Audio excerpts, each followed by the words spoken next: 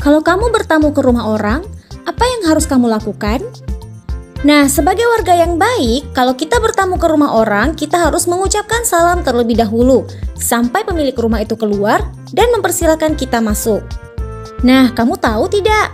Mengucapkan salam sebelum masuk ke rumah orang itu merupakan salah satu contoh dari norma. Kira-kira norma itu apa ya? Kemudian, apakah norma itu penting untuk kita? Langsung saja kita bahas, let's go!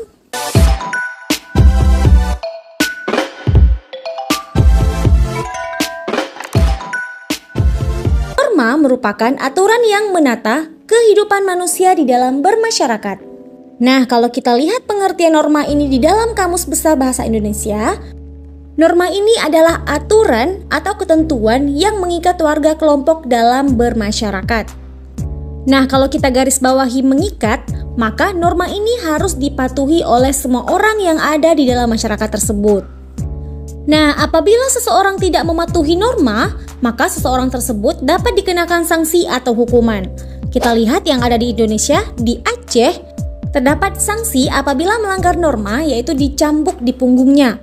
Kemudian juga di Kalimantan serta di Papua ada sanksi berupa keharusan membayar denda berupa hewan ternak untuk yang melanggar norma.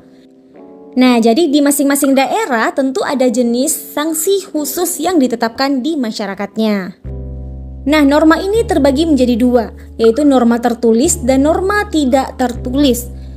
Nah, norma tertulis biasanya dirumuskan khusus secara bersama-sama oleh beberapa orang yang mewakili masyarakat. Contohnya adalah peraturan di sekolah. Nah, peraturan sekolah umumnya ini merupakan norma tertulis yang sudah dirapatkan bersama-sama. Kemudian ada norma tidak tertulis, ini tidak selalu dirumuskan secara khusus, melainkan juga dapat berkembang dari kebiasaan-kebiasaan tertentu. Misalnya saat ada tetangga kita wafat, nah para tetangga lain perlu membantu keluarga yang berduka sampai semua urusannya tuntas. Nah, hal tersebut menjadi norma dalam kehidupan bertetangga. Nah, jadi seperti itu. Seberapa penting sih norma untuk kehidupan kita? Nah, jadi norma ini memiliki nilai yang sangat penting yang perlu diperhatikan.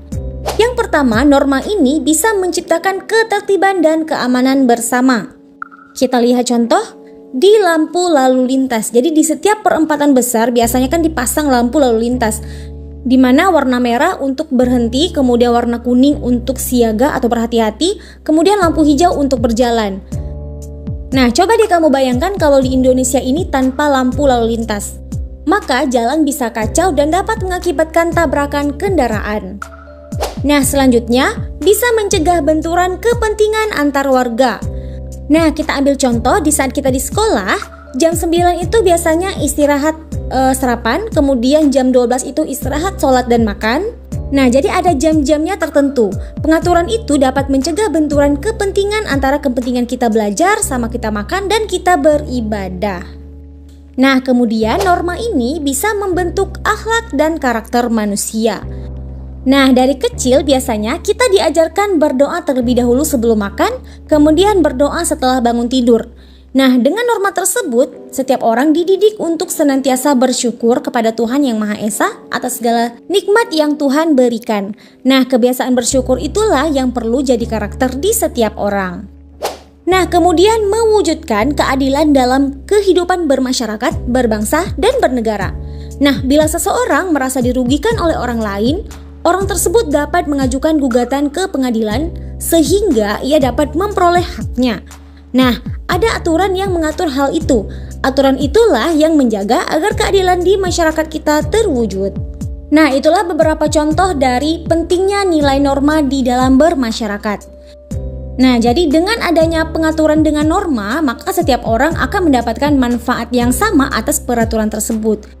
Itulah yang melahirkan keadilan bagi semua orang yang ada di masyarakat. Nah, ini sejalan dengan sila keadilan bagi seluruh rakyat Indonesia. Jenis-jenis norma. Nah, secara umum, norma ini dikelompokkan menjadi 4 jenis. Yang pertama ada norma agama. Norma agama ini adalah kaidah atau aturan yang bersumber pada hukum agama atau kitab suci yang berasal dari Tuhan Yang Maha Esa. Nah, norma ini berisi perintah dan larangan yang bertujuan untuk mengatur manusia agar mendapatkan kebahagiaan dunia dan akhirat. Yang kedua, ada norma susila. Norma ini berasal dari hati nurani manusia, di mana norma kesusilaan ini mengajarkan kita untuk selalu berbuat baik sesuai dengan kata hati. Nah, setiap manusia dikaruniai hati nurani yang dapat membedakan perbuatan mana yang baik dan perbuatan mana yang buruk. Kemudian ada norma sosial. Nah, norma sosial atau kesopanan ini bersumber dari tata krama atau kebiasaan masyarakat, di mana norma ini bersifat lokal. Nah, norma kesopanan ini berawal dari hubungan yang terjadi antar manusia yang kemudian membentuk aturan-aturan yang disepakati bersama. Kemudian yang keempat ada norma hukum. Nah, norma hukum ini merupakan aturan yang mengatur tingkah laku manusia dalam kehidupan bernegara. Nah, norma ini dibuat oleh pemerintah dan bersifat tegas serta memaksa. Nah, pelanggaran terhadap norma ini akan mendapatkan sanksi berupa hukuman penjara atau denda.